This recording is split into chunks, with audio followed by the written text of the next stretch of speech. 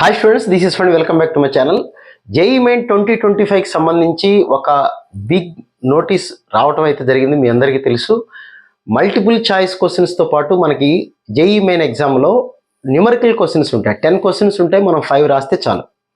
అయితే ఈ సంవత్సరం నుంచి 2025లో రాయబోయే స్టూడెంట్స్ వాళ్ళకి ఓన్లీ 5 క్వశ్చన్స్ మాత్రమే ఉంటాయి, చాయిస్ ఇవ్వటం లేదు అని చెప్పిన దగ్గర నుంచి చాలామంది స్టూడెంట్స్ కొంతమంది కట్ ఆఫ్ పెరుగుతుందా, కట్ ఆఫ్ తగ్గుతుందా అనేటువంటి డైలమాలో పేరెంట్స్ స్టూడెంట్స్ చాలామంది మాట్లాడటం జరిగింది. ఇవి రకరకాలుగా స్పెక్యులేషన్స్ అయితే నడుస్తూ ఉన్నాయి. అయితే కట్ ఆఫ్కి సంబంధించి అసలు రియాలిటీ ఏంటి అనేది మీకు అందరికీ తెలియచేయాలనే ఉద్దేశంతో ఈ వీడియో అయితే చూస్తున్నా.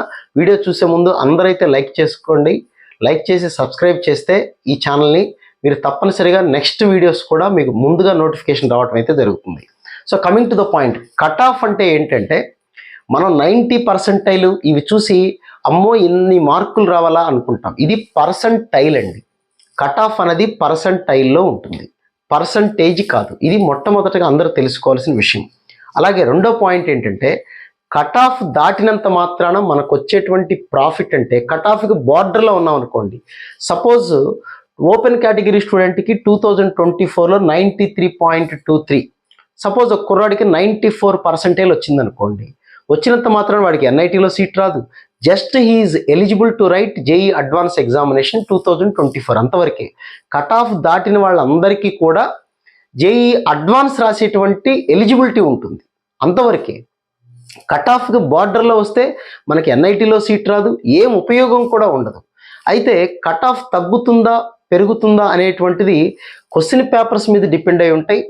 ఆ రోజున ఎంతమంది స్టూడెంట్స్ ఈజీగా ఫీల్ అయ్యారనే విషయం మీద ఆధారపడి ఉంటుంది తప్ప 2021 నుంచి బిఫోర్ ప్యాటర్న్ వచ్చింది కాబట్టి అప్పుడున్నట్టుగా కట్ ఆఫ్ ఉంటుంది, అప్పుడు తగ్గినట్టుగా కట్ ఆఫ్ తగ్గుతుంది అని చెప్పడం అనేది ఒక పిచ్చి మాట అనే చెప్పొచ్చు. ఎందుకు అంటే వెరీ క్లియర్గా మీరు తెలుసుకోవాల్సింది, పేరెంట్స్ అయినా స్టూడెంట్స్ అయినా, ఇక్కడ నేను ప్రతి కేటగిరీకి కట్ ఆఫ్ రాశాను. అన్ని పేపర్లు కూడా మనకి 300 మార్క్స్కే జరిగినాయి. మనం ఇది చూసి 90%, 87 అంటే అమ్మో అన్ని పర్సెంటైల్ రావటం అంటే ఎక్కువ మార్కులు రావాలేమో అనుకుంటాం. అవుట్ ఆఫ్ 300కి లాస్ట్ ఇయర్ 2024 కనుక తీసుకున్నట్లయితే 93% అంటే దగ్గరగా 98 మార్క్స్ లేదా 100 మార్కులు. 300కి 100 మార్క్స్ అంటే 1/3 మార్కు మాత్రమే. ఇది స్టూడెంట్స్ పేరెంట్స్ తెలుసుకోవాల్సింది. 93%, ఇది పర్సంటేజ్ కాదు, పర్సంటైల్ అంటే అప్రాక్సిమేట్గా మ్యాక్సిమం 100 మార్క్స్ అనుకోండి. అంటే ఒక ఓపెన్ కేటగిరీ జనరల్ కేటగిరీ స్టూడెంట్కి 100 మార్క్స్ వస్తే 2025లో కూడా అతను కట్ ఆఫ్ దాటిపోయి అడ్వాన్స్ ఎగ్జామ్ రాయటానికి ఎలిజిబుల్ ఉంటాడు 300కి. సో ఇక్కడ 89.75 వచ్చింది కదా 2019 అంటే అరౌండ్ 92 మార్క్స్ ఉంటాయి. ఇక్కడ కూడా అంతే 90 పాయింట్ వచ్చింది అంటే అరౌండ్ 93 మార్క్స్ అయి ఉంటాయి. మ్యాక్సిమం ఓపెన్ కేటగిరీలో మీరు ఎవరికి చూసుకున్నా కూడా ఎక్కడా కూడా 100 మార్కు దాటింది ఎప్పుడూ లేదు. ఏదన్నా ఎప్పుడన్నా 103 మార్క్స్ వరకు వెళ్ళి ఉండొచ్చు, అంతవరకే తప్ప 300కి ఒక ఓపెన్ కేటగిరీ స్టూడెంట్కి 100 మార్క్స్ వచ్చినట్లయితే పేపర్ ఎలా ఉన్నా, ఈజీగా ఉన్నా టఫ్గా ఉంటే ఇంకా తగ్గుతుంది తప్ప పెరిగే ఛాన్స్ అయితే ఉండదు.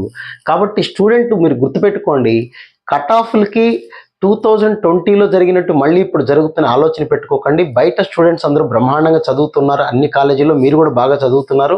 కాబట్టి కట్ ఆఫ్ తగ్గటం పెరగటం అనేది ఆ రోజున క్వశ్చన్ పేపర్ మీద ఆధారపడి ఉంటుంది. ఆ క్వశ్చన్ పేపర్ని ఆ రోజు రాసిన స్టూడెంట్స్ ఎలా ఫీల్ అయ్యారనే దాని మీద ఆధారపడి ఉంటుంది. కాబట్టి స్టాటిస్టికల్ డేటా ప్రకారం మనం చూసుకోగలిగితే మీకు 300కి 100 మార్క్స్ వస్తే ఓపెన్ కేటగిరీ, ఎటువంటి రిజర్వేషన్ కేటగిరీ లేనటువంటి జనరల్ కేటగిరీ వాళ్ళు కూడా కట్ ఆఫ్ దాటిపోతారు, అందులో డౌటే లేదు. ఇక్కడ 90లు 93లు చూసి అంత పర్సంటైల్ రావాలా అనుకోకండి. పర్సంటైల్ అంటే ఇది 100 మార్క్స్ కూడా లేదు. అలాగే మీరు ఓబీసీ ఎన్సీఎల్ కనుక చూసినట్లయితే 79% 2024లో. 2024ని అంత కన్సిడర్ చేయకండి. ఎందుకంటే మీకు చెప్పాను నేను 2024లో ఒక 3 పేపర్స్ చాలా ఈజీగా రావటం వల్ల చాలా ఎక్కువ మందికి ఎక్కువ స్కోర్ రావటం జరిగింది.